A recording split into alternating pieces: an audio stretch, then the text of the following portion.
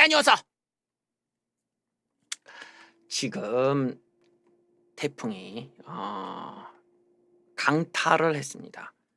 가로수가 뽑히고 도로가 꺼지고 초강력 위력의 남부 피해가 속출하고 있다는데요. 아하, 이거 정말 걱정이 많이 됩니다. 300mm 폭우, 초속 36m 강풍, 간판 날아가고 신호등 꺾이고. 와, 어떤지 한번 보실까요? 아이고야, 이거 나무가 잘렸어.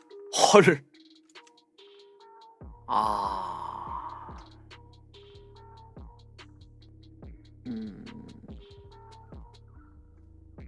야, 무섭다. 여기 뭐가 누구 있었으면 다쳤을 거 아니야. 태풍 바비가 북상하면서 제주를 중심으로 침수 강풍 피해가 속출하고 있는데 서쪽을 훑고 갈 예정이라서 전남, 전북, 충남, 경남 쪽 등이 비상 대응 체제 돌입했다. 제주 산간 중에 300mm가 넘는 폭우가 내리고 최대 순간 풍속이 36m가 넘는 강풍이 불어. 아이고, 신호등까지. 아이고, 이거 얼마나 센 거야, 이 정도면. 신호등이 꺾이고 유리창이 깨졌다. 하하. 이런. 이 강풍으로 인해서 대형 입간판이 쓰러지고 맞은편 도로를 달리던 차량 2대가 충돌하는 사고도 발생했다. 가로수가 뿌리째 뽑히거나 두동강 난 곳도 있고, 신호등이 떨어지고, 아이고야, 건물 외벽, 아파트 외벽이 떨어지거나 안전 펜스가 무너지기도 했다. 싱크홀이 발생하기도 하고요. 아이고, 하하, 이렇게 또 이게 아하, 우산이 아하, 이렇게 또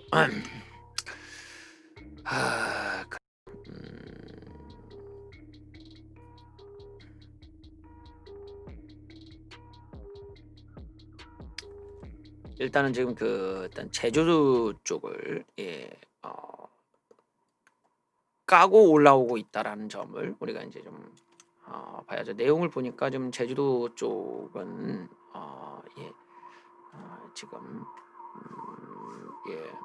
삐용삐용 제주도 쪽은 일단은 지금 여러 그런 피해가 있네요. 근데 지금 바람 세기나 보통 센 게 아니네. 그러니까 약간만 더 얘가 뭐라고 동쪽으로 꺾기만 해도 우리나라의 중앙부로 그냥 훑고 가버리면은 안 그래도 힘들어 죽겠는데 더 힘든 상황이 오는 거 아니겠어요? 걱정이 됩니다. 그냥 그대로 이렇게 가야 되는데 얘가 왜 하필 이게 또 어떻게 우리나라 쪽을 이렇게 오네. 다음 뉴스는 코로나에 대한 경제 타격 뉴스입니다. 코로나 2차 경제 샤크가 1차보다 더 심각할 거라는 이야기인데요. 뭐 좋은 내용이었구만. 우한 폐렴이 지속되고 또 재확산이 되다 보니까 이번에 2차 확산에 따른 경제 샤크가 1차 때보다 훨씬 심각할 것이라는 우려가 제기되고 있다.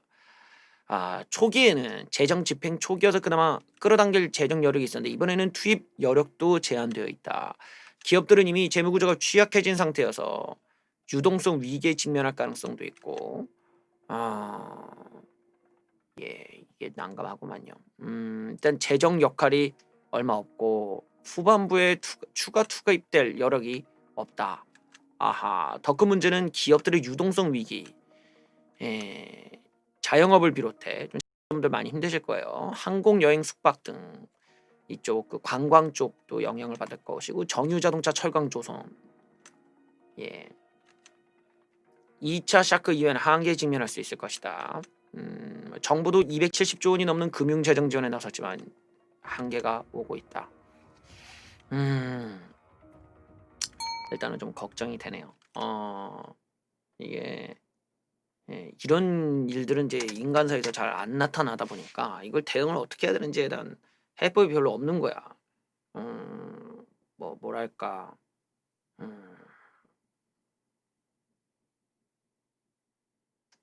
이게 아무래도 당장 우리가 뭐 서로에게 마음을 놓고 막 그럴 수도 없는 거고, 또 언제 또 시작할지 모르는 공포감도 있고 그러니까 두려움이 있는 거죠. 그게 이제 그 오프라인의 어떤 활동도 제한시킬 것이고 그러니까 이게 참 어려운 문제입니다. 해법이 마땅치가 않아. 해법이 참 마땅치가 않아. 전염병이고 전 세계가 다 타격받고 우리나라는 더더욱 뭐 수출로 먹고 사는데 뭐 이것도 저것도 안 되니까요. 그 와중에 참 그 유동성이 이제 풍부해지는 거죠. 뭐 방법이라면은 뭐 무조건 금리를 낮춰서 무한 채권 매입이다. 이런 이제 일종의 양적 완화를 때리는 건데 양적 완화라는 것이 이제 시중에 그런 돈에 여러 개 생기는 거 아니겠어요.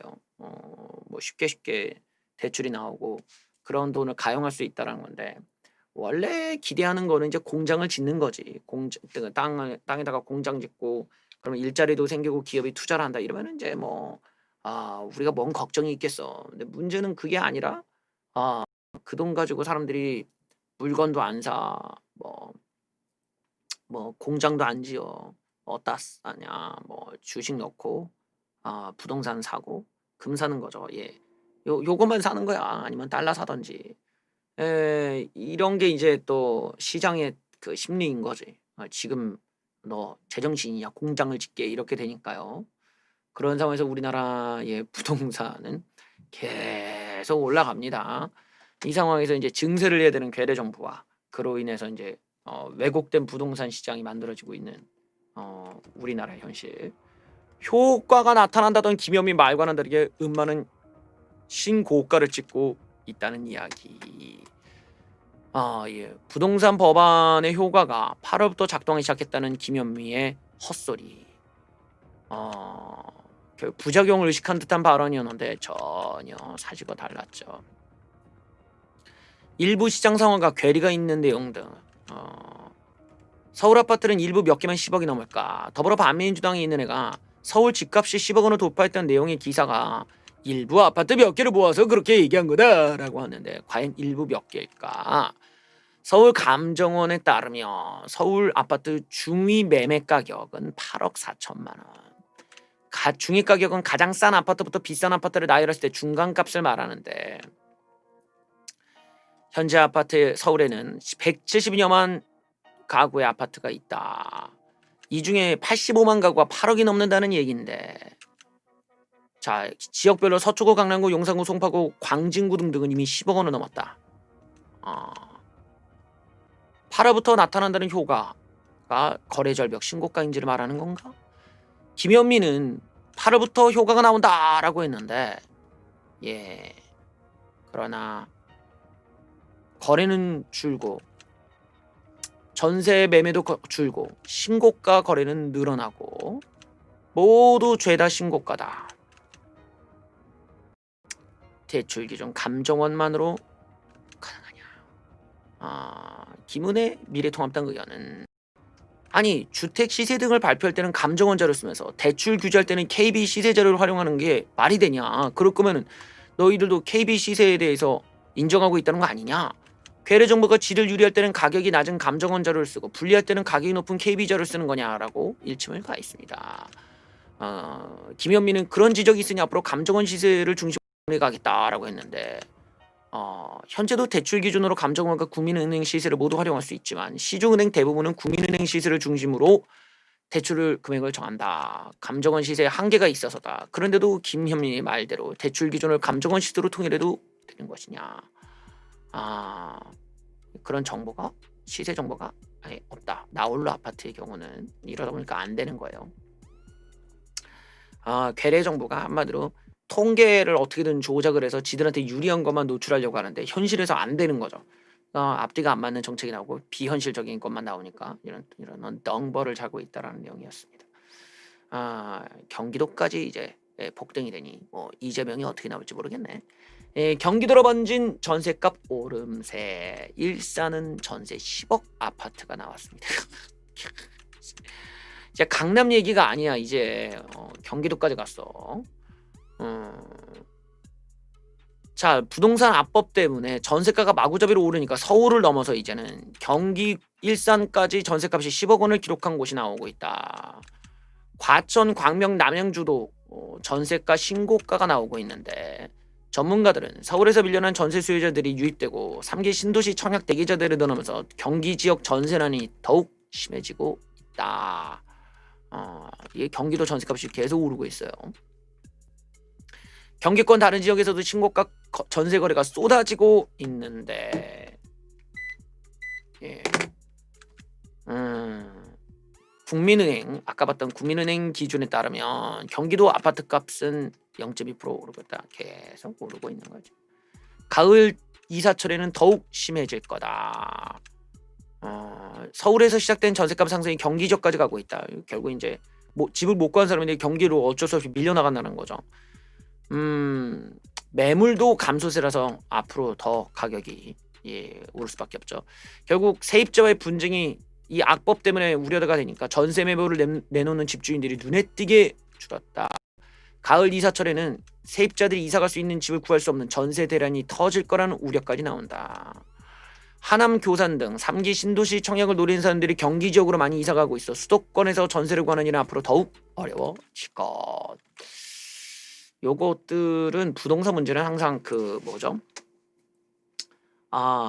이 계층별 불만을 폭발시키는 거고, 특히 이제 좌빨이라고 할지라도 좌파를 지지했던 사람들마저도 부동산 문제에서 자기네들이 당해보면은 그 고통이 정부 탓을 안 할 수가 없어. 뭐 박근혜 탓, 이명박 탓 한다지만 문재인 정부 때 자기네들이 당한 거기 때문에 오히려 박근혜 정부 때 집을 산 사람들은 맘 편하게 사는데 자기는 문재인 믿고 안 샀다가 완전히 지붕만 쳐다보고 있는 거죠. 그런데 점점 집값은 오르고 전세도 구하기 힘들고, 그래놓고 정부가 다 니들을 위한 거야, 다 효과가 보고 있다, 막 이런 소리 들으면 이제 아무리 문바랄지라도 이제 서서히 야마가 도는 거지. 사람 마음이 그런 거죠. 그래서 이 부동산 문제가 좀 계속 이렇게 장기적인 현상이 된다라는 거는 정치적으로 그나마 다행이다. 물론 누군가는 아프겠지만 정권을 교체하는 목적을 감안해서 볼 때는 이런 사안들은 우파 중에서 잘 활용할 수 있는 내용이겠죠. 자, 이 괴뢰 정부가 얼마나 그 괴뢰 정당까지 이게 얼마나 급하면 이제는 황당 입법들을 막 내놓고 있습니다. 무한 전세를 연장하거나 다주택자는 형사 처벌하겠다고 하는 황당한 입법을 하고 있다. 바보 같은 놈들이네. 예. 더불어민주당에서 부동산 관련 황당 법안이 무더기로 쏟아져 나오자 김태년이 나가고 막고 있습니다. 여당발 법안들이 너무 말도 안 되고 비현실적이고 위헌적 요소가 다분하다.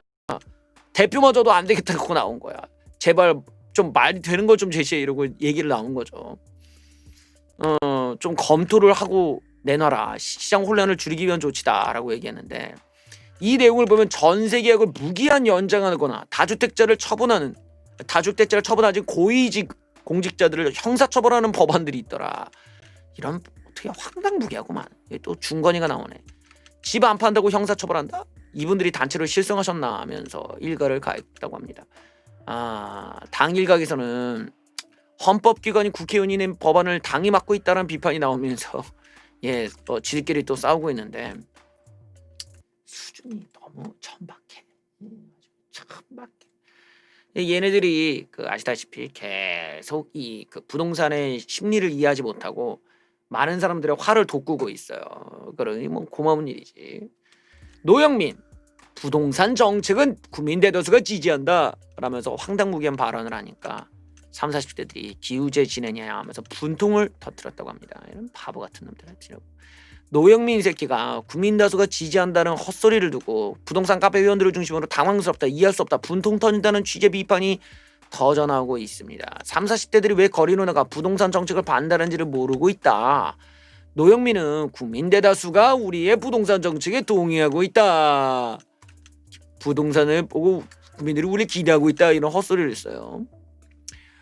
문재인 정부의 부동산 정책에 문제가 없다는 취지로 답한 건데 여기서 이제 온라인 카페에서 난리가 난 거죠. 4년 동안 이 소리만 하다가 임기 1년 남았다. 문재인 괴뢰 정부 사람들은 아직도 꿈속에 있는 것 같다. 계속 기우제를 지내면 언젠가 비는 오겠지. 정책이 기우제도 아니고 제대로 된 정책을 그동안 잘 썼는지 스스로 자성해라. 인지 부조화 같다. 이제는 기대할 게 없는 정부다. 다른 카페도 비슷했다. 지금 이명박 정부에서 집값이 올랐다 말하는 게 과연 정확한 답변인가? 어떤 데이터를 보고 판단하길래 문재인 새끼가 부동산이 안정됐다고 얘기하는가?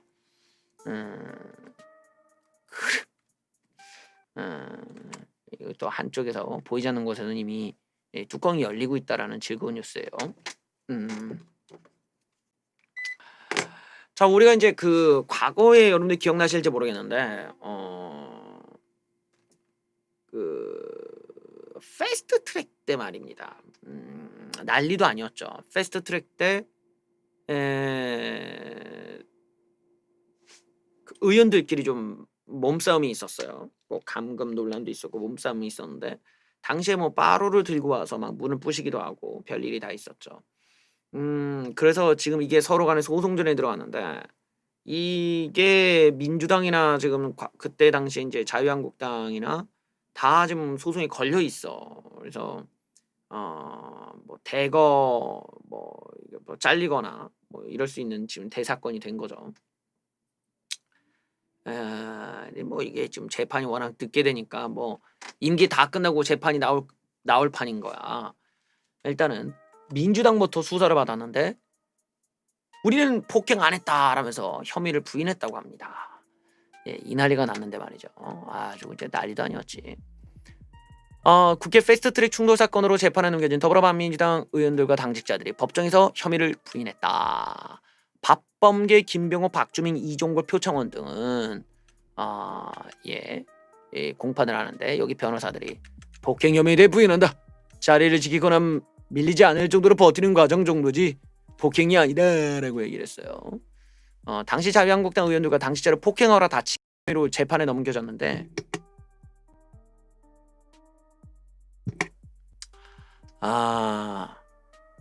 그래요.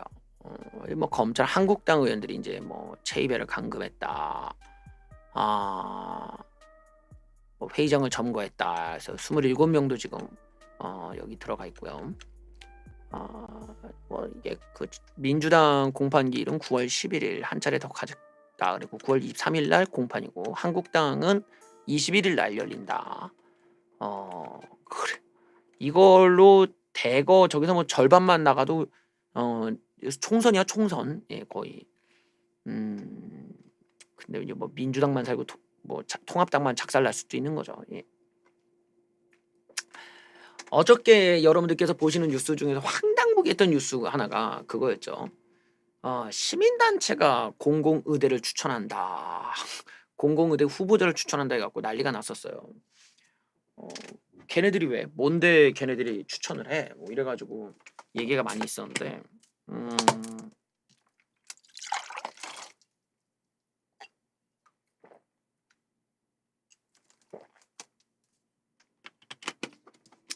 굉장히 불편하고만. 예. 그런 얘기가 있었는데 여기에 대해서 이제 국민들의 저항이 굉장히 컸던 거죠. 장난하냐? 시민단체가 뭐라고 하면서 반발이 막 크니까 복지부가 두들겨 맞았죠. 그러니까 말을 바꿨습니다. 시민단체가 공공의대를 추천하는 거 사실이 아니다 라면서 이틀 만에 말을 바꾼 복지부. 김강립 보건복지부 차관은 정부 괴뢰 정부 여당이 독재적으로 추진하고 있는 공공보건의료대학 학생 선발 방식에 시민단체 따위들이 추천권을 가진다는 논란에 대해 사실이 아니라고 했다. 분명히 지들이 올린 그 공식 블로그에서는 시민단체 등이 추천을 한다라고 써 있는데 이틀 만에 말을 바꾼 것이다. 초기 해명 과정에도 정확하지 못한 정보가 나갔는데 사실이 아니다. 예. 그러면서 설명 자체가 부적절했다. 정확한 정보를 제공하지 못한 점은 송구스럽습니다. 라고 분명히 지들이 이렇게 만들어 놓고서는 그건 아니다라고 말을 바꿨어요. 얘네들이 그 예전부터 그랬죠. 그러니까 뭐라고 해요? 슬쩍 이제 간을 보는 거야. 던져보고 야 분위기가 좀 아닌데 이러면 바로 처리하고 요런 짓거리를 예전부터 많이 했지. 예. 뭐 이게 이제 하루 이틀이 아니지만 뭐 이미 욕을 먹고 나서니까 요즘과처럼 여론이 중요할 때 아주 큰 덩벌을 쳤다라는 건 기분 좋은 뉴스겠죠. 이해찬 우리 해골찬이 그동안 참 많은 막말을 했죠. 얘가 아주 싸가지가 없어서 정말 그 싸가지가 인성이 문제가 있어. 이런 그 꼰대들, 이런 애들 조금 이제 우리 그 정치판에서 없어져야죠. 대표적으로 이렇게 막말하고 함부로 말하는 이해찬을 꼽을 수가 있습니다. 그 이해찬이 경고장을 받았다고 하네요.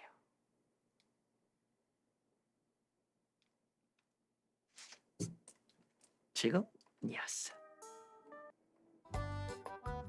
인권위가 이해찬에게 교육 좀 받아라 라고 개망신을 줬다고 하는데 아주 웃기네. 예.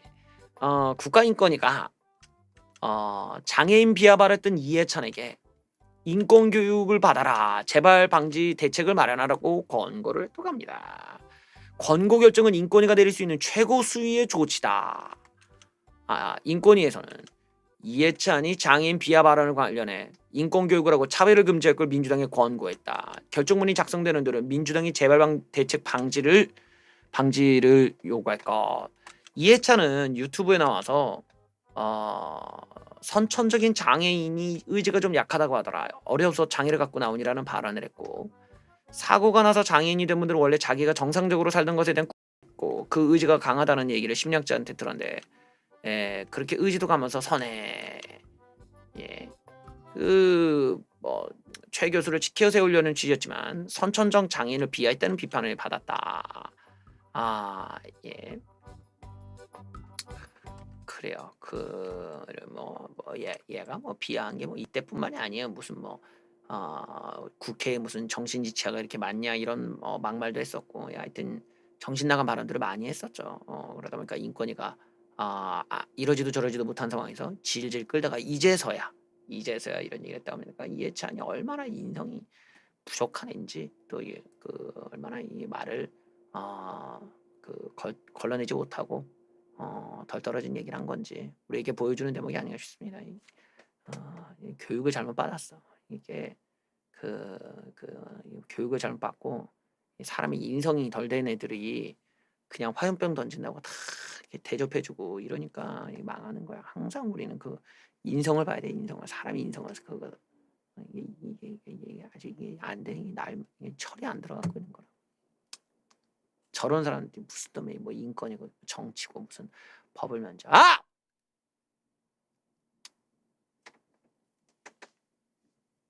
나가!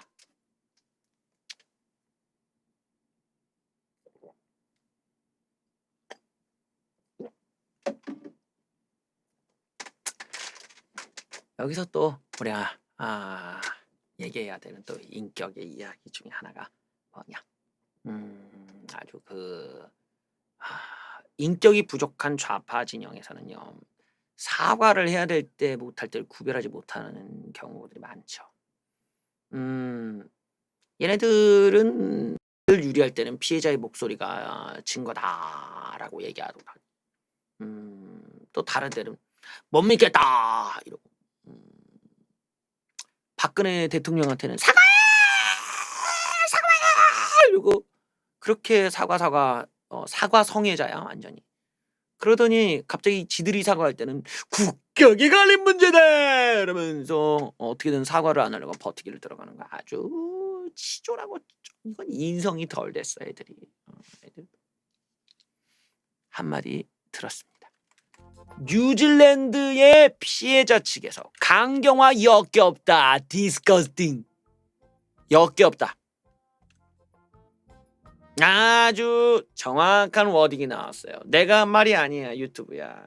뉴질랜드 피해자 측에서 한 얘기야. 역겹다. 역하죠. 우리가 이제 일반적으로 우리가 느끼는 그런 감정은 역시 글로벌하게 다 똑같이 느끼는구나. 역겹다. 뉴질랜드 피해자 강경화의 사과 성명에 대해 외교부가 잘못했다고 인정하면서 정작 피해자에 대한 사과는 한마디도 하지 않았다. 아주 강한 불쾌감을 드러냈다. 외교가에서도 이번 사태를 부른 총책임자인 강경화가 외교부의 부적절한 대응으로 피해를 본 WC에게 최소한 미안한 마음이라도 전해야 되는 것이 아니냐라는 말이 나왔는데, 피해자의 대리인은 피해자가 강경화에게 사과했다는 소식을 듣고 강경화가 사과했다는 소식을 듣고 기대를 갖고 찾아봤다. 하지만 사과 내용을 보고 매우 화가 났다. 소 앵그리, 소 앵그리. 예. 소 앵그리. 강경화는 적화대의 질책을 받고 국민에게 공개 사과를 하면서도 정작 이번 사건의 당사자이자 피해자에게는 사과를 안 했다. 이런 사과 행보를 본 강경화가 정말 역겹다. 디스커스팅. 예, 디스커스팅. 이런 말 웬만하면은 잘 안 쓰죠. 디스커스팅.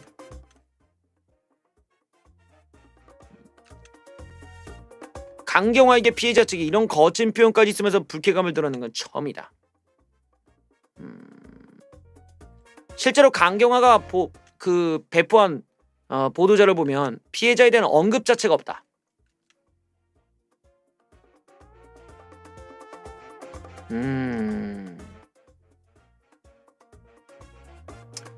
자, 외교부의 초기 대응과 대표적 잘못은 성추행 사건이 발생할 때 외교부가 같은 건물에서 근무하는 가해자 피해자를 즉시 분리하지 않은 점이 꼽힌다.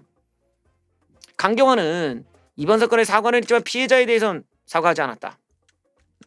그리고 대통령 문재인 그놈이 불편한 위치에 있게 된 것이 죄송하다고 했지만 이게 무슨 말이야? 국민에게만 사과할 게 아니라 뉴질랜드 국민과 피해자에게 사과하라고 하니까 이 자리에서 사과를 못하는데 오히려 목소리를 높였다. 이런 뻔뻔스러움을 보소. 그러면서 국격이 걸렸다면서 어쩌고 저쩌고. 예. 하지만 강경화의 주장이 앞뒤가 맞지 않는다는 지적도 나온다. 강경화는 더 조사해봐야 한다며 피해자에게 사과를 못하겠다고 하지만 외교부는 이미 자체 조사로 A씨의 성비율을 확인해 감봉 1개월의 징계 처분을 내렸기 때문이다. 외교부의 부실 대응으로 우방인 뉴질랜드의 외교 문제를 자초해놓고 국격을 운운하며 피해자에게 사과를 못하겠다고 버티는 건 납득하기 어렵다는 지적도 나온다. 그러니까 강경화가 더 조사해봐야 되기 때문에 사과를 못하겠다고 해놓고 징계를 이미 했어. 그러니까 더 조사를 해봐야 되는데 징계는 그러면 왜 한 거야? 정말 어처구니가 없는 일이 아닐 수가 없네.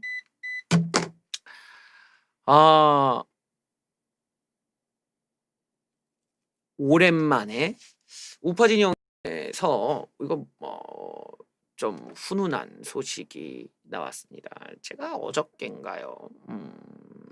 우파의 어떤 이런 강경우파 세계 또는 시민운동, 우리는 과연 어떤 그 방향, 어떤 미래를 향해 가야 되는가?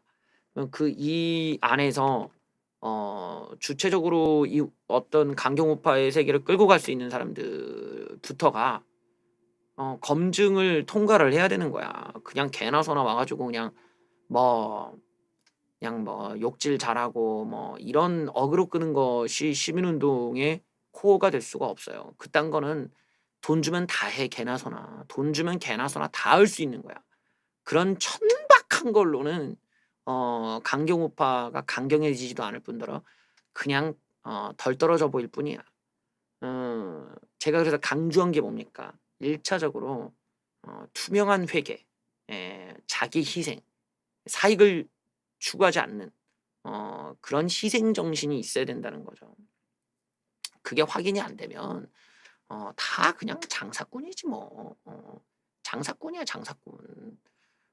그런 거를 자기네들 딴에 무슨 우리가 애국운동을 했네, 무슨 자기네들이 무슨 투쟁을 했네. 투쟁을 이 새끼들아.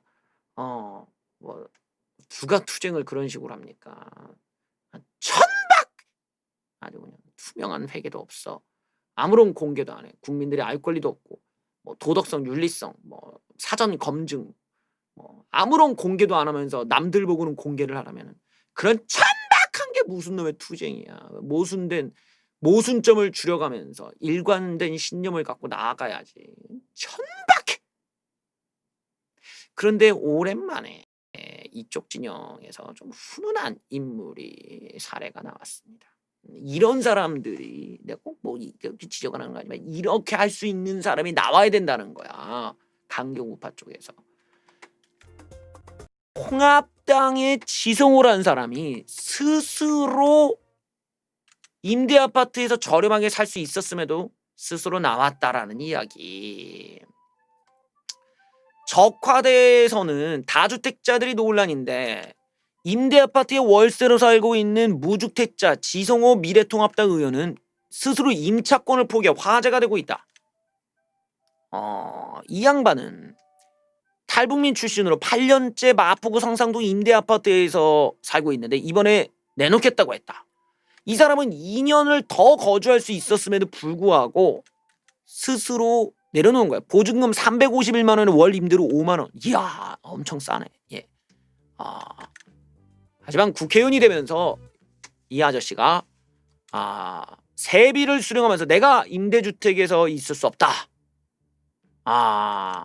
스스로 집을 뺄 의무는 없었지만 심지어 일부 참모진들도 국회의원 월급을 받더라도 당장 새 집을 구할 보증금이 생기는 게 아니고 법률적 문제가 없으면 살아도 된다는 의견을 냈지만 지성호 의원은 아파트를 내놓기로 했다. 법적 문제를 떠나 공직자 윤리 문제, 다른 차상위 계층 탈북민의 기회를 박탈하게 될 수도 있다는 점을 생각해 이사 가기로 결정을 했다.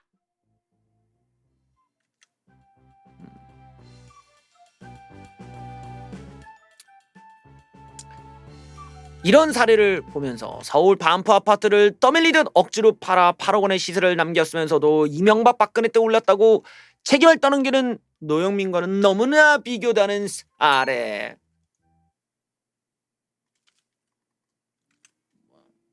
우연인지 몰라도 내가 말만 하면 다음날 뉴스에 이렇게 사례가 나오는데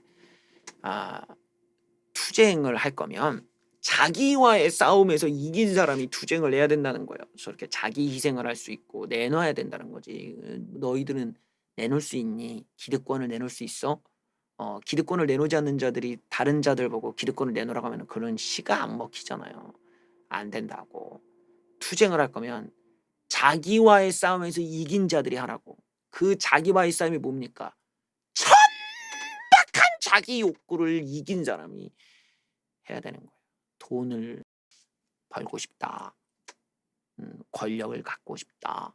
여기서 내가 잘나고 싶다. 인정하고 싶다. 걸 내려놓으라고. 시민운동, 애국을 얘기할 거면 진짜로 다 내려놔야 돼. 그런 자들이 존경받고 그런 자들에게 힘을 주게 되지. 어디 무슨 그냥 돈에 눈이 멀어서 누구한테 우리가 뭐 돈을 밀어줬네. 우리가 돈을 이렇게 가져갔네. 집어쳐 그냥 그런 거 안 돼요. 이제는 그러면 안 돼. 앞으로는 이거는 우리가 이제 그 잔소리를 해야 되는 거야. 어떤 잔소리 해야 되냐? 투쟁을 할 거면 투명하게 하라는 거야. 일단은 저렇게 희생 정신을 갖추고 정말로 우리는 슈퍼챗을 원해서 후원금 뜯어 먹으려고 하는 거 아닙니다. 우리가 이렇게 공개하겠습니다. 딱 나락 딱딱딱 다 공개해. 그리고 우리가 이 남은 돈을 어떻게 쓰겠습니다. 딱 공개해. 그럼 아무도 의심 안 해. 아무도 싸울 일이 없어. 그러면 서로 간에 그것 때문에 싸울 일이 없어. 왜 싸우겠어? 다 돈통 싸움이야. 돈통 싸움. 여기서 집회하고 저기 집회하면 서로가 거기서 왜 집회하는 거야? 너희말로 왜 집회하는 거야? 이러고 또 싸우고. 이런 것도 이제 3년 동안 봐왔단 말이죠. 이제 그만 싸우시고 서로가 마치 이제 깔끔하게 공개를 해서 거대한 우파의 제대로 된 시민운동을 한번 화끈하게 보여주자고요. 그럴 거면 제일 먼저 회계 투명성. 이건 무조건 이건 전제야. 회계 투명성을 하지 않겠다면 그건 꺼져야 그냥. 걔네들은 그냥 뭐라고 해 그냥 집회를 가장한 그냥 쇼지 쇼. 그냥 슈퍼챗 쇼야. 그런 건 이제 더 이상 인정이 안 돼요. 그런 건 아무런 성과가 그 주최자들만 돈 버는 거야. 주최자들만 그냥 개인적으로 돈 벌었다. 이거 그냥 끝난다고. 초코바니아님 감사합니다. 이게 개인적으로 그냥 돈 벌고 끝나는 거야. 안 돼. 그건 꺼져. 그건 안 되고 냉정하게 이제 회계 투명성을 공개하면서 그 국민들한테 따박따박 다 공개하고 그러니까 싸울 일이 없어. 그 집회에 대해서 후원하라고 내 후원이 딱 보이는 거지.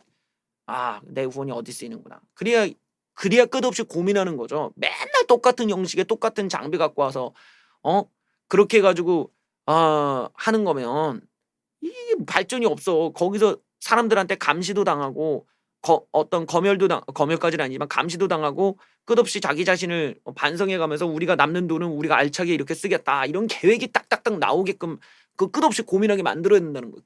그게 시민 운동이에요. 그래야 뭐가 성과가 나오지.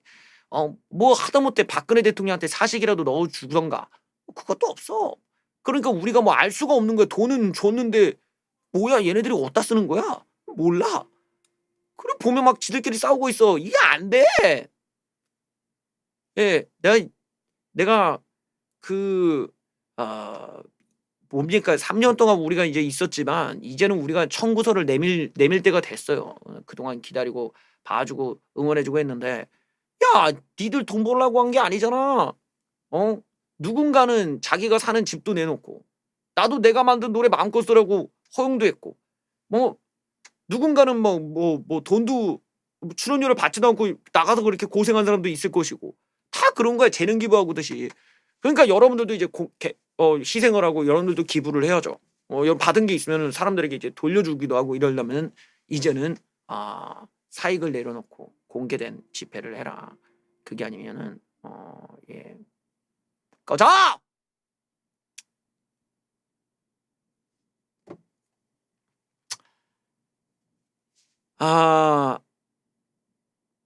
어저께 홍정욱의 SNS를 잠깐 얘기했습니다. 확실히 커뮤니티가 좀 빠르긴 빨라. 그런 걸 보면 커뮤니티 쪽의 캐치가 빠르고 그것들이 이제 뉴스로 나오는 사례였어요. 제가 총선이 끝나고 나서 우리에게 미래가 있는가를 볼 때 그나마 꺼낼 수 있는 사람이 홍정욱밖에 없다는 얘기를 했죠. 홍정욱 아니면은 김동연인가 그 양반이랑 이제 지금 뭐 조은이라든지 이런 사람들인데 이제 키워야 돼. 완전히 우리 밑바닥에서 이제 키워야 되는 상황인데 그나마 지금 꺼낼 수 있는 양반 뭐 홍정욱, 김동연 조은이 뭐 이런 사람들이다 이거지. 그다음에 이제 쥐어짜면 그래요. 어쨌든 간에 어저께 그 SNS가 올라왔습니다. 홍정욱이 뭐라고 했느냐. 안녕히 계십시오. 뭐 이런 식의 끝을 알리는 내용이었는데 이것이 그러니까 즉 자기의 일상적인 걸 떠나서 이제 권력 생활을 하겠다라는 의미냐, 뭐냐? 라는데 결국 정치권에서는 이 사람이 정치를 시작하는 발언 아니겠느냐라는 쪽으로 해석하고 있습니다. 홍정욱이 오고 있습니다. 케네디의 꿈을 갖고 있다는 홍정욱이 서울시장 나오나 SNS 싹 갈아버렸다. 대통령의 꿈을 꿨던 그가 이제 올라오고 있습니다. 서서히 이제 수면 위로 올라오고 있는 거야.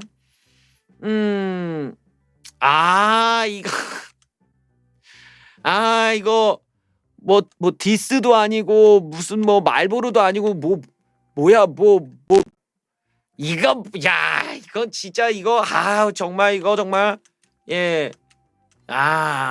정말 정말 푸가스이 정말 정말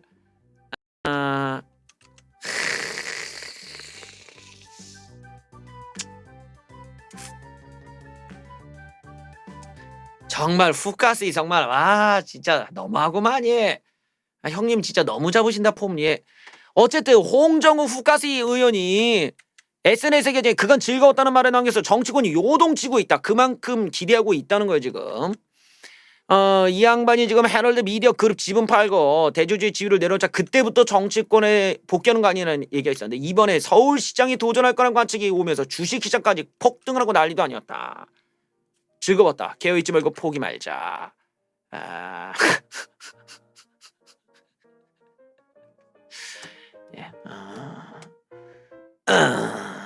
그래요. 나도 했어 지금. 어떻습니까? 좀 비슷해 보입니까?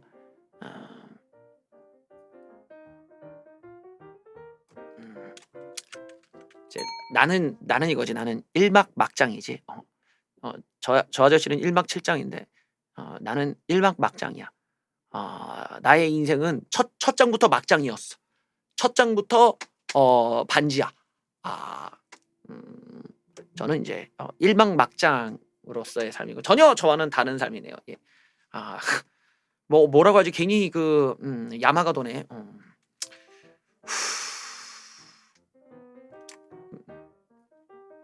그간 즐거웠다. 항상 깨어있고 죽는 순간까지 사랑하며 절대 포기하지 마시길. 여러분의 삶을 응원합니다는 말을 남기면서 주요 사진들을 대거 정리했다. 그간 이 계정에 대자연과 환경보호의 의미를 담은 사진들이 올라왔었는데 최근 깔끔하게 정리하고 그간 즐거웠던 말만 남겼다. 가겠다라는 암시로 읽히는데 서울시장 노리는 것인가? 절대 포기하지 말자. 포기하지 마. 남들이 너 뭐야 내 노래 가사인데 이거. 예. 그의 유명한 책 칠막칠장을 떠올린다. 아니죠. 이거는 홍정욱이 내 노래를 들은 거야. 내 노래 가사를 지금 보고 거기서 감동을 받고 지금 포기하지 말자.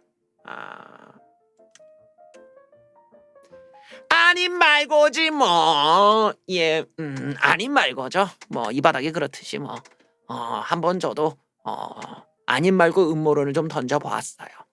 홍정욱이 내 노래 듣고 그 가사를 따와서 지금 꿈틀거리면 죄송합니다.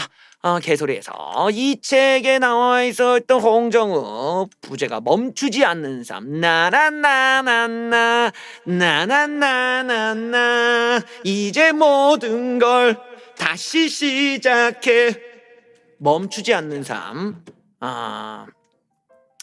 하버드 대학 스탠퍼드대 로스쿨 나오고 영화배우 남궁원의 아들로 준수한 외모. 잘났어 그래. 아이고 다 잘났어. 그래. 칠막 N장이 다 시작되는 거 아니냐.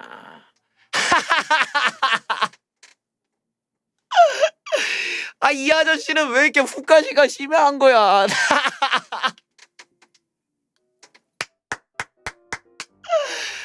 이 아저씨 뒤에 있는 사람 좀 봐. 완전히 어떻게 같이 턱을 겠는데 어떻게 이렇게 느낌이 다르냐.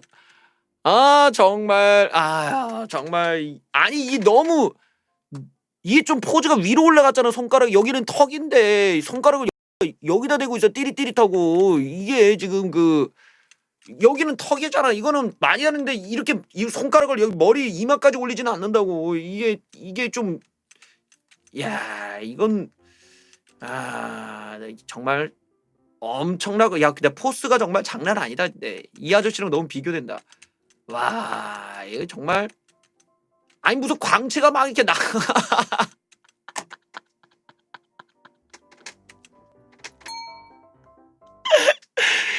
이 아저씨는 그냥 가만히 앉아도 화보고 담배를 물고 있어도 화보고 저기 뭐야 저기 걔 있잖아 어디다 손을 대 그 아줌마 누구지? 그 아줌마? 그 좌빨 아줌마? 그 이름도 까먹었네 그 아줌마.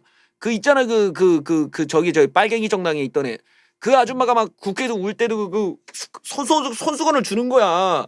손수건을 이렇게 주는 것도 화보야. 이정이 그래 이정이야. 이정 그 이름 잊어버려. 그 이름 기억해봤자 뭐해 뇌세포 썩어. 어쨌든 그 아줌마 그 좌빨 아줌마한테 손수건 주는 것도 화보야. 이거 너무 웃긴다 이 아저씨. 야 그냥 사진만 찍으면 그냥 다 그냥 화보가 나오네. 김종인 대표 이후 70년대생의 경제통을 꼽은 바 있는데 결국에는 홍정욱 아니냐라는 내용이 나왔다. 그가 이제 대선 주자에 오르내릴 때 정치권에서는 그의 짧은 정치 경력으로 볼 때 대선에 직행하기보다는 다른 단계를 거칠 거다. 그게 서울시장을 거친 다음에 대선 주자로 올리는 거 아니냐 라는 것 같아요. 그래서 미스터 트롯식의 경선을 예고했다. 이게 이제 외부 사람인데 이걸 가지고 이제 여기에 홍정욱을 넣는 거죠. 홍정욱은 기존 정치인이자 70년대 경제통 김종인이 얘기했던 모든 조건에 해당한다. 이 딸의 문제가 이제 걸려 있어요. 딸의 문제. 딸이 드러그를 소지한 채 귀국하다가 적발된 사건이 있었죠. 이 딸이 참 이 딸이 정말 예, 정말 이게 딸이 의미 있는 삶을 살겠다며 반성했지만 한결 봐주기 논란이 있다. 예, 딸 문제가 정계복귀에 발목을 잡을 수 있다. 이 딸이 정말 그러니까 이거 보면 여러분들 세상이 아무리 잘생기고 잘나고 머리 좋고 돈 많고 그냥 잡으면 그냥 있으면 그냥 막 광채 나는 거야 막 이게 막 훅가시가 그냥 사람 다 자동 훅가시지 다. 근데 그럼 뭐해? 자식은 아무리 잘나도 자식 농사는 마음대로 안 되는 거야. 자식 농사는 마음대로 안 돼. 그래서 내가 자식을 안 낳는 거야. 홍정욱 딸도 저러는데 내 자식은 어디 가서 뭐야 무기거리 할 놈인지도 몰라. 내 자식은 안 돼. 내 자식은 그 갱스터 될 놈이야 이거. 내가 불안해서 안 돼.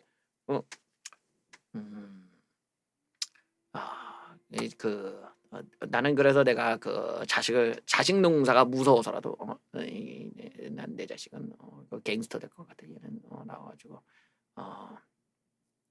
이제 아시잖아요. 제가 이제 고등학교 때 조금 거친 삶을 살았기 때문에 얘도 이제 그런 저의 성향을 물려받고 하다 보면 벌써부터 막 이제 초등학교 때부터 그냥 100원에 한 대야 빡씨 뭐 제가 또 죄송합니다 이러고 그러고는 못 살지 내가. 예. 이런 거 보면은 아주 그냥 홍정욱으로서는 안타까운 일이 아닐 수 없습니다. 정말 모든 걸 갖췄어. 모든 걸. 재력에, 머리에, 면상에, 뭐 체격 조건에, 백그라운드에 뭐 다 가졌어. 자식 농사가 실패를 했다 이거야. 아이고야. 정말 이거 어쩌냐. 여기서 이거를 해결할 수 있는 방법이 뭐냐? 따님이 빨리 결혼을 해서 자식을 낳는 거예요. 그래서 안정된 가정을 갖고 이렇게 그 자식을 키우는 모성애를 보여주면서 저 사람이 이제 그 과거에 그런 철없던 시절에서 이렇게 딸이 안정된 가정 생활을 하면서 이렇게 참하게 잘 살고 있구나. 이런 거면은 약간 세탁이 가능하지. 약간 요거에 MSG를 조금 붙이면서 이러고 아버지랑 이렇게 자식이랑 이렇게 있으면서 요런 게 있어야 돼 지금. 그 빨리 따님이 시집을 가셔갖고 이렇게 가정을 갖는 요걸로 요거 MSG를 쳐줘야 되는데 요게 지금 그게 되는지 모르겠어. 예, 이게 그러지. 안 되고 뭐꼭 예. 어쨌든 요게 이제 문제입니다. 이 딸이 아주 그 크게 문제죠. 그거를 또 아주 물어뜯을 거고. 근데 그 홍정욱 선생님을 제가 조금 도와드리자면 이 따님을 빨리 결혼시킬 수밖에 없고 따님이 어떻게든 다른 이미지가 필요해요. 따님이 분명히 또 다른 문제가 터질 수 있어. 예를 들어서 딸이 예를 들어 어딜 취업을 했다. 그럼 취업 청탁 아니냐? 뭐 이런 얘기 나올 게 뻔하고 뭐 딸이 무슨 뭐 외제차를 끈다. 그러면 사람들이 뭐? 외제차 딸이 외제 벤츠? 이러고 벌써부터 미운돌이 바뀐단 말이야. 절대 안 돼. 딸을 그냥 지하철 타! BMW 벤츠는 그냥 지하철 버스 타. 예. 그래갖고 제 딸은 지금 차가 없습니다. 버스 탑니다. 지하철 탑니다. 제 딸한테 저는 그렇게 해줘야합니다. 딸이 그냥 아주 그냥 혹독하게 그냥 아주 그냥 그렇게 해갖고 지하철 뚜벅인 거지. 뚜벅이에 막 구두도 막 기스가 막 나 있고 막 허름한 거야. 막 그냥 뭐 명품 걸치고 막 조민처럼 막 그래 박으면은 야 이게 조민한테 갔던 게 이제 홍정욱 딸한테 포커스가 맞춰가지고 그냥 막 또 그 좌빨 유튜브들이 그런다고. 딸이 외제차를 끌고 딸이 그 명품이야 명품 그 마스크도 명품이야 이러고 걔 썼던 모자 번거지 모자도 명품이야 이러고 계속 물어뜯겨요. 예. 그러니까 제가 강조하지만 이거를 최대한 그 따님을 따님이 지금 변수예요. 따님이 홍정욱은 지금 따님이 어떡하냐, 따님이 어떤 실제 따님의 인성, 따님의 실제 생활이 어떠냐에 따라 미래가 결정돼. 이 반전이 있어야 돼. 요 딸이 이게 지금 너무 미운 털이 바뀌었기 때문에 딸을 확실히 해줘요. 왜냐면 나중에 분명히 발목을 잡는다는 거지. 사람들이 한 번 저런 그 뭐야 망나니 짓을 한 자식이라면 두 번 하지 말란 법이 없어. 두 번 하지 말란 법이 없어. 예. 이게 이제 제가 알다시피 또 망나니처럼 크지 않았겠습니까? 예. 아주 거칠게 좀 거친 그 세계, 예, 이쪽 세계에서 제가 이제 보통 저 같은 경우는 이제 영진으로 불렸죠. 서울의 영진. 일진보다 더 위에가 영진이거든. 빠시 그냥 이 주먹으로 제가 아주 그냥 유명했던 그 망나니 짓을 많이 했는데 이게 나도 안 하려고 해. 나도 참으려고 해. 뭐 부산, 뭐 대구, 뭐 라도에서 막 올라와. 아따, 네가 영진이요? 빠시 서울의 매운맛. 근데 나도 참고 싶지. 근데 그게 안 되는 거야. 한 번 망나니는 이게 자제가 안 돼. 그냥 빡빡빡 그냥 한 번 망나니는 또 하게 돼 있어. 그런 흔적이 나와. 근데 지금 저게 지금 사건이 드러그를 갖다가 이러고 갖고 온 거야. 이게 보통이 아니라는 게 보통 내기가 아니라는 거지. 깡따구가 이게 뭐야 이거를 갖고 한국에 올 생각을 했다라는 거는 보통 문제가 아니야. 이거 완전히 이거는 이거 뭐야 띵띠디딩띵 띵띠리리리리링 이게 장난이 아니라는 거야 지금. 깡이 장난이 아니라는 거거든. 이런 그 누님들이 보통 실수를 또 해요. 이런 누님들이 학창 시절에 뭐 누구의 뺨을 때렸네, 뭐 누구를 조인트를 깠네, 누구를 이렇게 야, 너 일로 와봐. 너 지금 화장했니? 이러고 누구를 깠을지도 모르는 거야. 이게 지금 우리가 반드시 알아야 될 거는 단순히 저 사건 하나만 볼 게 아니라 야, 저 정도면은 다른 일도 있겠는데가 충분히 예측이 되거든. 그래서 반드시 따님을 어떻게든 세탁을 시키든지 아니면 진짜 인성을 제대로 해가지고 따님이 봉사를 시키든지 뭐 어떻게든 사회 봉사라든지 뭔가 뭐 있어야 돼. 이미지를 바꿀 수 있는 뭔가가 나와야 돼요. 그러니까 지금 따님도 자기가 아버님에게 너무 큰 누를 지었고 본인이 의미 있는 삶을 살겠다고 했으니까 따님 스스로도 지금 어떤 확실히 뭔가를 보여줘야 되는 지금 상황이 왔어. 안 그러면 홍정욱의 미래는 밝을 수가 없습니다. 딸 문제가 정기복귀에 발목을 잡을 수도 있다. 하지만 보수 중에서 오히려 정리가 됐다는 해석을 내놓기도 하는데 반성 의사를 밝혔고 법원 판결가 나왔고 홍 의원 역시 자식을 제대로 기르지 못한 저의 부찰이다. 못난 나머지로도 고개 속에 사과드리며 저에게 보내는 어떤 질책도 달게 받겠다. 그래서 딸 문제는 치료를 받으면 되는 일이다. 일단은 홍정욱 의원이 통합당이나 보수 쪽의 후보로 나선다는 보장은 없다. 일단은 연락은 닿지 않았다 이건데 뻔하지 뭐. 지금 이제 우리가 홍정욱 이야기를 했는데 정국이 아저씨 같은 경우는 다시 말하지만 상당히 딴따다단딴 이게 많은 이제 따님 컨트롤에 이제 달려 있는 거예요. 나머지는 우리가 이제 홍정욱 같은 사람들은 뭐라고 할까 이제 넘사벽이라고 하잖아요. 넘을 수 없는 4차원의 벽이라고 해갖고 이런 사람들의 삶은 이제 로얄 패밀리잖아요. 애초부터 잘났어. 애초부터 잘났고 DNA가 잘났어. 다 가졌어. 다 가진 거야. 근데 저런 사람들이 이제 보통 문제가 뭐냐면 사람들이 선망의 대상이 될 수는 있지. 그러니까 예를 들어 어떤 약간 좀 김치스러운 여자들한테는 이제 금방 와 멋있다 이러지. 근데 또 이게 일반적인 우리 어떤 한국의 정서는 누군가 망하는 걸 그렇게 좋아한다는 거야. 누군가 망해야 돼. 망하길 바란다는 거지. 누군가 몰락하길 바라고 망하길 바라는 이런 마음이 있단 말이지. 그러다 보니까 이 홍정욱 같은 이런 로얄 패밀리들 다 가진 사람들 요런 분들이 아주 그냥 뭐 하나만 걸려봐 그러면 아주 그냥 폭격을 맞는 거예요. 막 폭격을 맞아. 뭐 대표적으로 이런 거지. 뭐. 이제 대선 토론회에서 이제 상대방 후보가 이제 낙지가 나왔어. 낙지가 나왔고 홍정욱 후보님께서는 현재 지하철 요금이 얼마 되는지 아십니까? 홍정욱이 당황을 한 거죠. 왜? 한 번도 타본 적이 없으니까. 저는 이제까지 한 번도 지하철을 타본 적이 없습니다. 저는 한 번도 똑같은 양말을 신어본 적이 없어요. 난리가 나는 거야. 그랬다가는 예 그냥 그냥 난리가 나는 거야.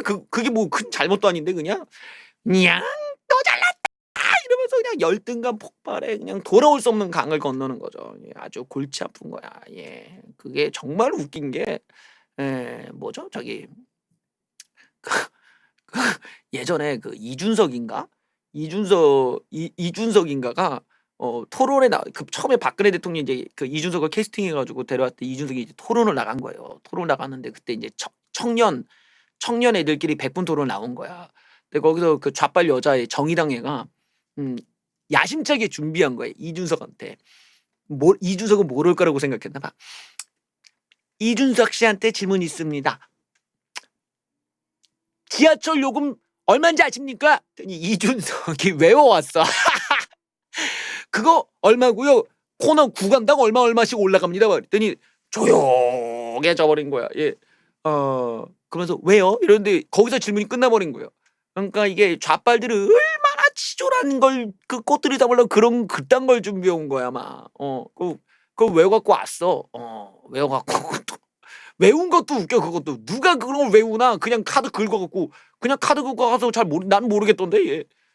어쨌든 지금 홍정훈 얘기였습니다. 다음에는 경욱이 형 얘기네요. 민경욱 의원, 니들 눈에 우리가 극우냐? 뿔난 민경욱 어서 굴러먹던 따위가 이러면서 민경욱 의원의 SNS가 올라왔습니다. 이게 굉장히 내가 난감하네. 앞에는 홍정욱 SNS 올렸다가 지금 경욱이 형 거 갖고 오니까 굉장히 좀 분위기가 확 바뀌네. 예. 어디서 굴러먹던 하태경, 김종인 따위가 당으로 들어오더니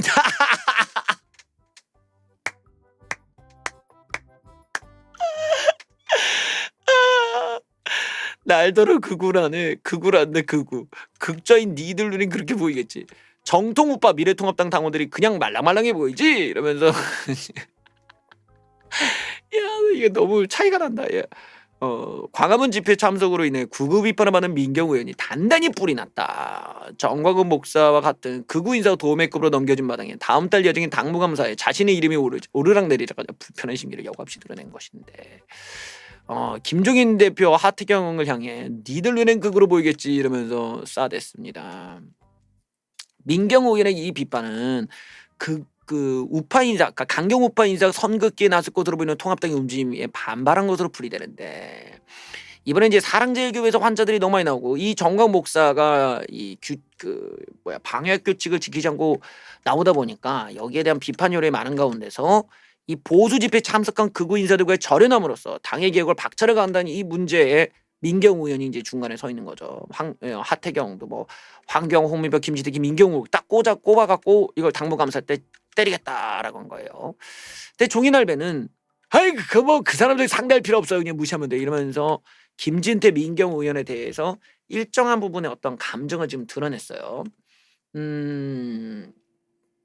제가 이것도 우리가 이제 얘기를 이미 이전에 했었잖아요. 그러니까 어떻게 손절을 하느냐.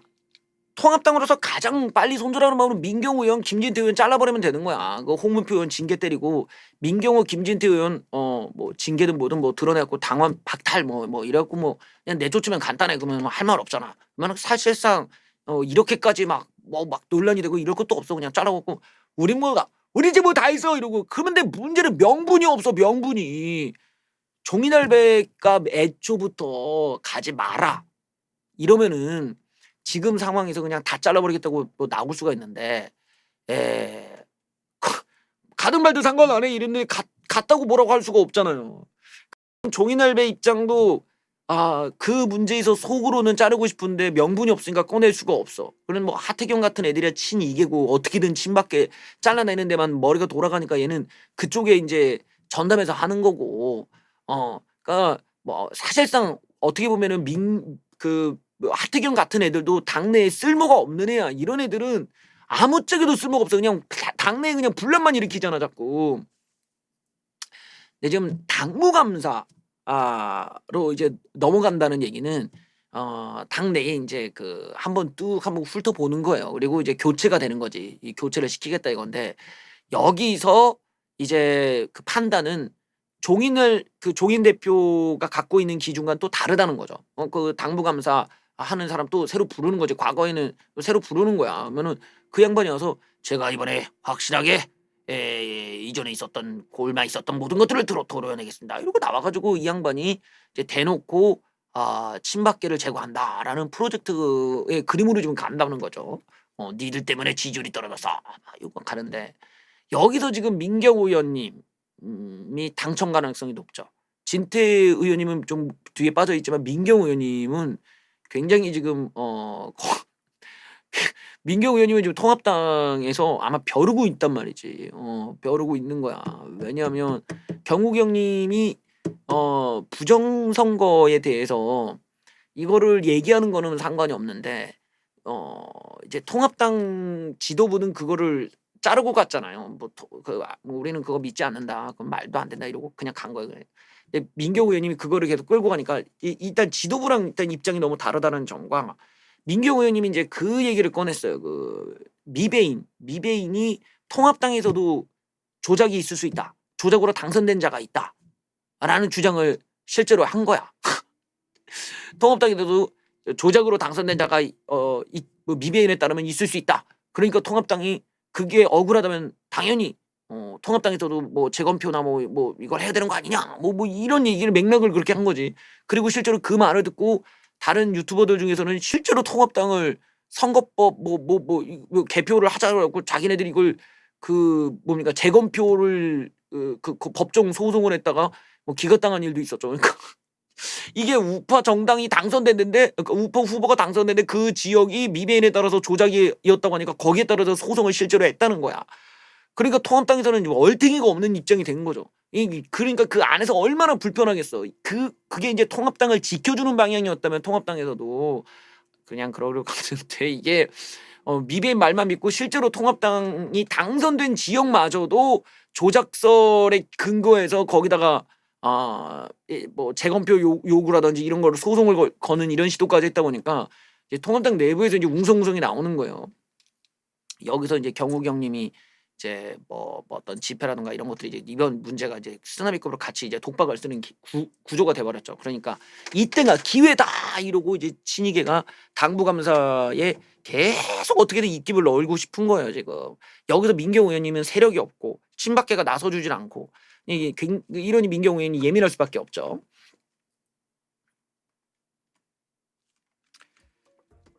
전광훈, 민경욱, 김진태 통합당 결국 선 긋나 이게 계속 기사가 이런 류가 나오잖아요.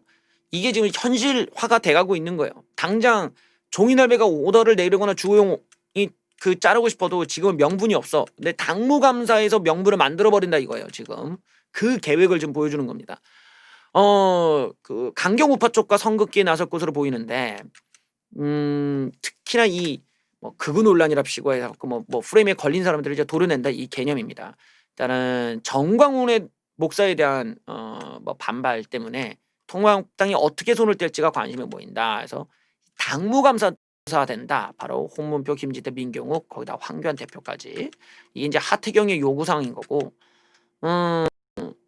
주호영 대표도 이 통합당과 이 극우 세력을 뭉뚱그려 보는 성향 때문에 도려내야 된다라는 거고 김종인 대표는 그런 사람들이라는 표현을 썼어요. 누구 민경욱, 김진태 의원을 그런 사람들은 상대할 필요가 없다고 생각한다. 무시하면 된다. 이게 결국에는 이후에 어떤 암울한 미래를 암시하는 거겠죠. 자, 당내 극우와 절연하자는 당내 목소리 높은 만큼 당무감사에서 이 사람들과의 선거계가 가능할 거란 전망이 나온다. 하지만 이들과 연관된 이들의 조직적 반발도 배제할 수 없다는데 내 개인적으로는 조직적 반발이라는 게 쉽지가 않을 것 같아요.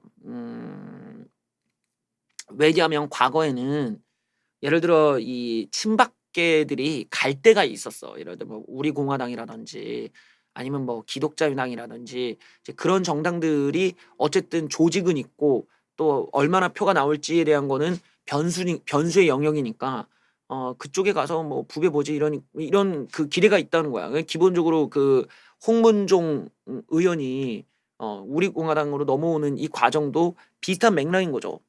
나에 대해서 당이 이렇게 처리하네? 난 이쪽 가면 되지로 그냥 간 거야. 근데 지금은 이제 데이터가 나와 버리니까 태극기 쪽 이쪽 강경 쪽이 표가 얼마 없다는 거죠. 저걸로는 평생 안 돼. 한번 갔다가는 돌아올 수가 없어. 뭐 이거 이도저도 안 될 판이야. 그러니까 친박계가 안 나간 거야. 딱 보고 갈까 말까 갈까 말까 했지만 안 되는 거죠. 내가 그때 얘기했던 거는 애초에 그냥 뭐라고 해야 될까요?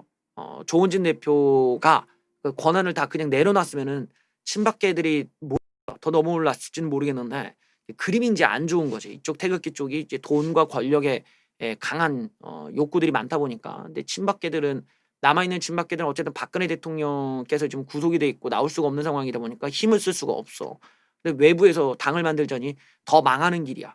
뭐 이쪽은 뭐 당대표가 한 사람이 계속해. 뭐 이러니까 뭐 자기네들이 존재감이 없는데 어쩌겠어요. 그러니까 김진태 의원이 우리 공화당 쪽으로 안 가는 데는 이유가 있는 거야. 안 가는 데는 이유가 있는 거지. 조원진 대표 1인 체제니까 안 가는 거지. 김진태 의원은 세력이 없고. 이러니까 그냥 여기 붙어 있는 거 아니겠어요? 또 민경우 의원도 마찬가지지. 민경우 의원님이 그렇게 그 어떤 좌우를 막론하고 부정선거를 얘기하기 때문에 사실상 탈당해야지. 탈당해서 얘기한다면은 와 진짜 민경우 의원 진짜 올인을 했구나 이럴 수 있는데 실제로 통합당이 조작으로 당선될 가능성이 있다면서 통합당에 붙어 있는 상태면은 이거는 굉장히 모순된 면이 있는 거잖아요. 그 정의롭지가 않은 거잖아. 이 구조는 애초에 자신도 부정선거일 가능성을 안 믿고 있다든지 아니면 미래통합당의 어떤 부정한 부분에 대해서는 상당히 기준이 일정하지 않다든지 뭐 이런 모순점이 생기는데 사실 이쪽 강경세계가 그렇게 디테일하게 따지지는 않아. 그냥 그때그때 재밌으면 그만이거든. 그러니까 지금의 어떤 수준을 감안했을 때는 이쪽을 이제 드러낸다라는데 갈 데가 없어. 지금 이 김진태 의원, 민경호 의원님, 뭐 김태우 의원, 뭐 남아 있는 친박계가 갈 데가 없어. 그러니까 다 조용히 하고 그냥 붙어 있는 거야. 최근에 김태우 의원이 민주당과 한번 싸웠어. 이 어린 것이 하면서 싸우는데 그걸 또 바로 사과하더라는 거죠. 이건 굉장히 신기한 장면이었어요. 그러니까 친박계 의원들이 웬만하면 사과 잘 안 하는데 바로 김태우 의원이 그냥 꼬리 내린 거 보면 벌써 위에서 분위기 느낀 거야. 뭐를 당무감사에서 작살난다. 이러시면 안 된다. 김태우 의원도 눈치를 채고 바로 꼬리 내리고 마무리를 지은 거죠. 근데 지금 이제 김진태 의원이나 민경우 의원은 지금 그 분위기를 자기가 그냥 참고 있자니 이건 굴복이고 그 굴복이라는 건 지금 이 강경 우파들한테는 사람들이 떨어져 나가는 이유죠. 여기 세계의 어떤 시청자들은 더 센 걸 원해. 뭔가 더 강경한 걸 원해. 너희들이 불법을 감행하서라도 너희들이 우리 대신에 막 나가 주길 바래. 근데 그거를 계속 자극했던 사람들이 이제 와서 약한 모습을 보이자니 그게 안 되는 거예요. 여기서 민경우 의원님 입장에서는 뭐 대표 까고 나가는데 저거는 막말로 얘기해서 당무감사에서 잘릴 거를 각오하고 하는 거죠. 그러니까 민경우 의원님은 이제 도려내진다라는 걸 우리가 전제로 봐야 되는 거예요. 지금 상황에서는. 도려내지는 거고 이 김진태 의원님은 약간 이제 좀 톤 다운을 하고는 있는데 사실은 그 김진태 의원까지는 도려내진 않겠죠. 민경우 의원님은 대표적으로 좀 이게 도려내질 가능성이 지금 매우 높아졌다. 이런 지점을 좀 고민을 안 할 수가 없는 거예요. 나는 이런 지점에서 우리가 이제 굳이 신당을 얘기한다면 조원진 대표 역할이 또 있다고 봐요. 조원진 대표가 대표직을 내려놔야 돼. 지금 상황에서 깔끔하게 대표직 내려놓고 민경우, 김진태 그 중간에 있는 뭐 다른 뭐 괜찮은 유튜버들 다 만나셔 가지고 하나가 됩시다. 내가 내려놓을 테니까 내가 대표 안 하겠다 나는. 이렇게 하면서 당을 공유를 시켜버리면은 그러면은 강경 우파의 정당이 탄생할 수 있는 기반이 있을 거예요. 근데 조원진 대표가 대표직을 쥐고 있는 동안은 신당 창당을 해봤자 다 같이 망하는 거야. 어차피 그 당들이 서로를 망하게 하는 요소가 되기 때문에 아무것도 안 돼요. 지금에 와서 저 사람들과 함께 뭔가를 만들겠다면은 일단은 조원진 대표가 내려놔야 됩니다. 그런 것들이 이제 요구가 되는 쪽으로 이제 흘러가겠죠. 근데 그게 안 되면 이쪽 강경 우파는 그냥 망하는 거예요. 괜찮은 우파들도 있죠. 그래도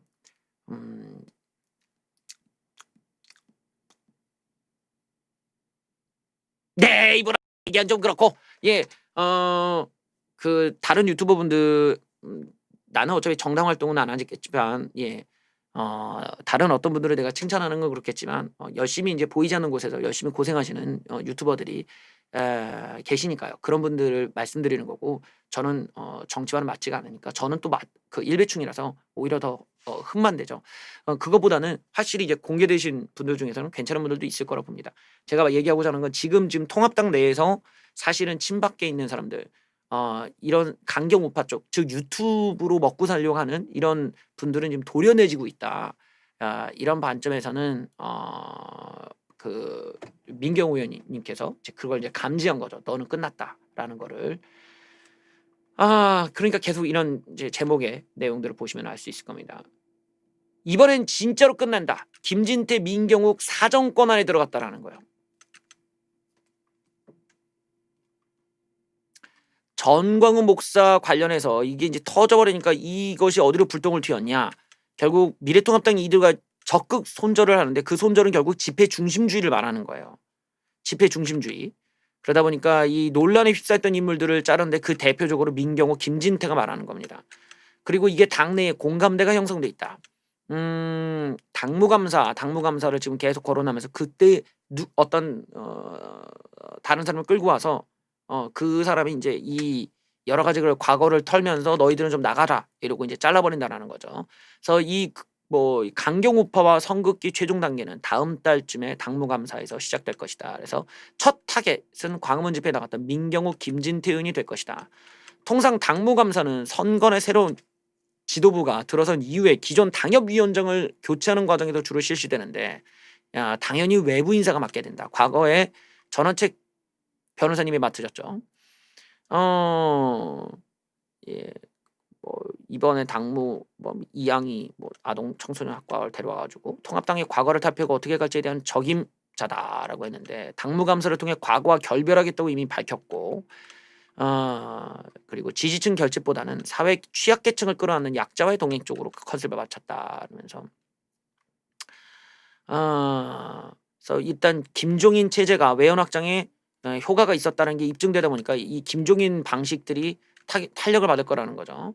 일단 조직적 반발을 배제할 수 없다. 앞서 김병준 역시 전원책 변호사를 데려와서 당무감사였지만 반발이 부딪힌 적이 있다. 근데 이제 김병준은 아무런 증명을 못했고 지지율도 오르지 않았던 상황이었지만 종이날배가 좀 다르죠. 걱정이 많이 됩니다.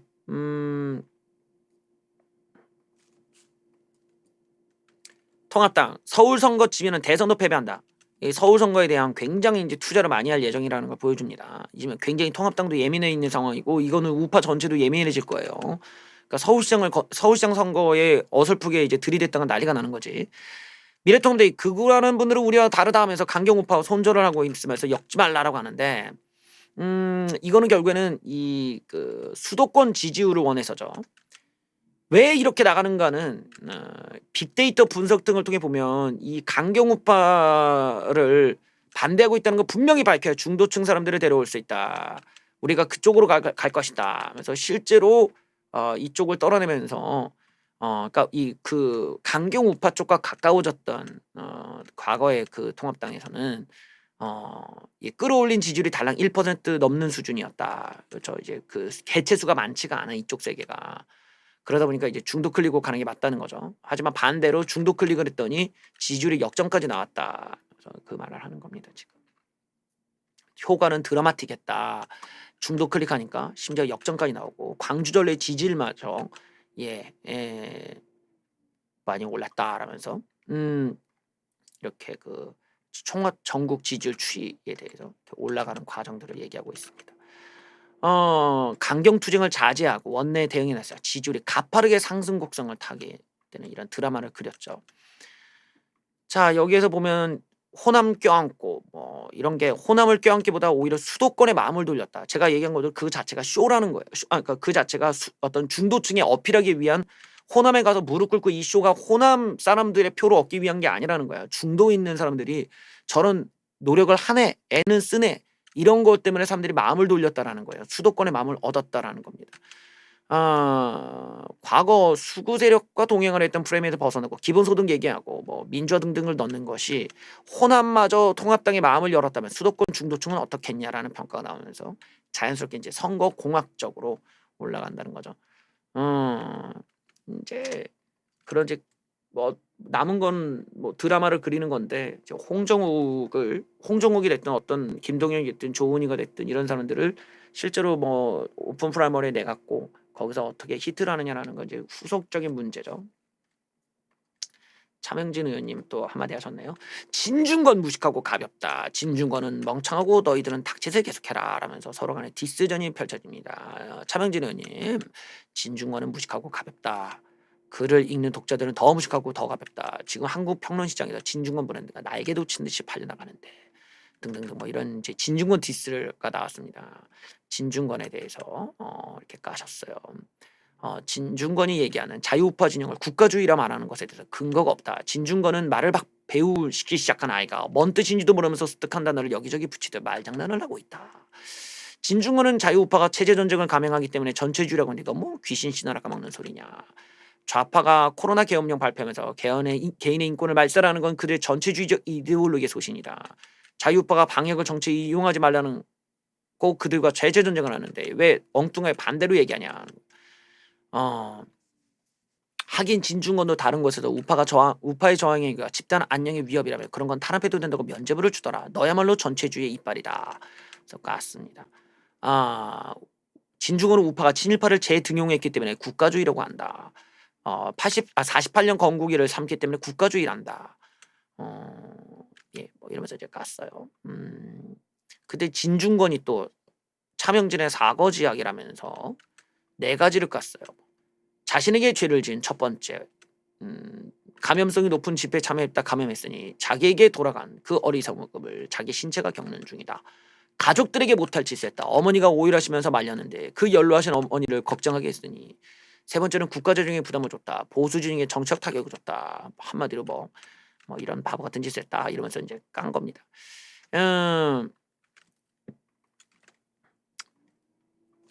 차명진 의원님 같은 경우는 이제 통합당 의원이 아니시니까 사실 더 지금 상황이 공공한 입장이죠.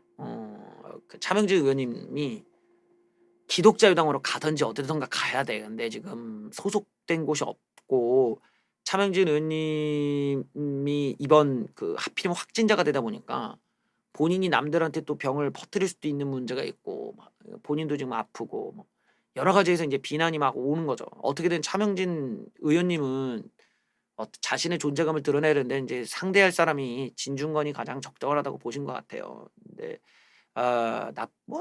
나쁘지는 않아. 어떤 안티테이제를 만든다라는 거는 주요한데 차명진 의원님은 일단은 너무 강경 보수의 말만 의존했던 게 본인의 어떤 정치 인생을 스스로 좀 축소시켜 버린 이런 우를 범하고 만 거죠. 유튜브 세계에서 얘기하는 것은 그냥 하나의 흥미 위주야. 이런 자극을 주는 것이 세상을 바꾸는 힘이 될 수가 없단 말이에요. 거기에는 그 이상의 다양한 입장에 있는 사람들을 설득할 수 있는 그런 절제력을 반드시 갖춰야 돼요. 그것이 없는 상황이면은 그런 사람들한테 우리가 권력을 안 준단 말이지. 대다수의 사람들이. 그리고 이 강경 보수 자체가 숫자가 얼마가 안 된다라는 거를 아셔야 되는데 이게 지금 막혀 버린 거죠. 그러니까 어떻게 보면 정치 인생이 이제 끝나 버린 거지. 그리고 그런 정치 인생이 끝난 입장에서는 사실은 뭐 어떤 이야기를 하더라도 그것이 되게 허무한 메아리가 되잖아요. 왜냐면 자기 앞가림을 못 하는데 국가 앞가림을 얘기한다는 게 무슨 의미가 있고 뭐 체제를 얘기하는 게 무슨 의미가 있어. 체제 이전에 개인의 삶의 안정을 먼저 만들어야 되는데 아쉬운 부분이에요. 차명진 의원님이 예전에는 그런 정도는 아니었는데 확실히 유튜브 세계에 너무 과도하게 여기 빠져 있다 보니까 어떤 절제력 어떤 기준점을 너무 상실한 부분이 차명진이라고 하는 괜찮은 정치인을 좀 날렸다. 이렇게 봐야 됩니다. 안타까운 일이에요. 그래도 오랫동안 활동도 하시고 인맥도 잘 쌓으신 분이고 뭐 그런 분인데 그 한순간의 절제력의 조절이 정치인을 어떻게 몰락시키는지를 좀 보여주는 대목 같아요. 이게 강경우파 쪽이 필터링이 확실히 필요하구나라는 걸 봤습니다. 어쨌든 뭐 또 즐거운 소식도 한번 보시죠. 주옥순 선생님께서는 은평구로 고소하겠다. 주옥순 대표가 자신의 실명을 공개한 은평구를 상대로 법적 조치를 예고했다. 정세균 그나물의 그 밥 당장 때려치우쇼라는 라이브 방송에서 은평구청에서 내 이름까지 다 공개했다. 이건 용납이 안 돼. 그렇죠. 이건 고소해야지. 그래서 은평구청장이 문지양에게 아부하기 위해 내 이름을 공개했다. 하면서 이건 그냥 둘 수가 없다. 라면서 진행한다고 했습니다. 이거는 뭐 당연히 하셔야죠. 끝까지 가시길 바랍니다. 마지막 이야기는 뭐 제가 제목에도 써놨지만 아스팔트 보수의 몰락을 한번 얘기해 볼까 해요. 여러분들은 뭐 내용을 아시는 분들도 계실 거고 아닐 분들도 계실 거고 할 텐데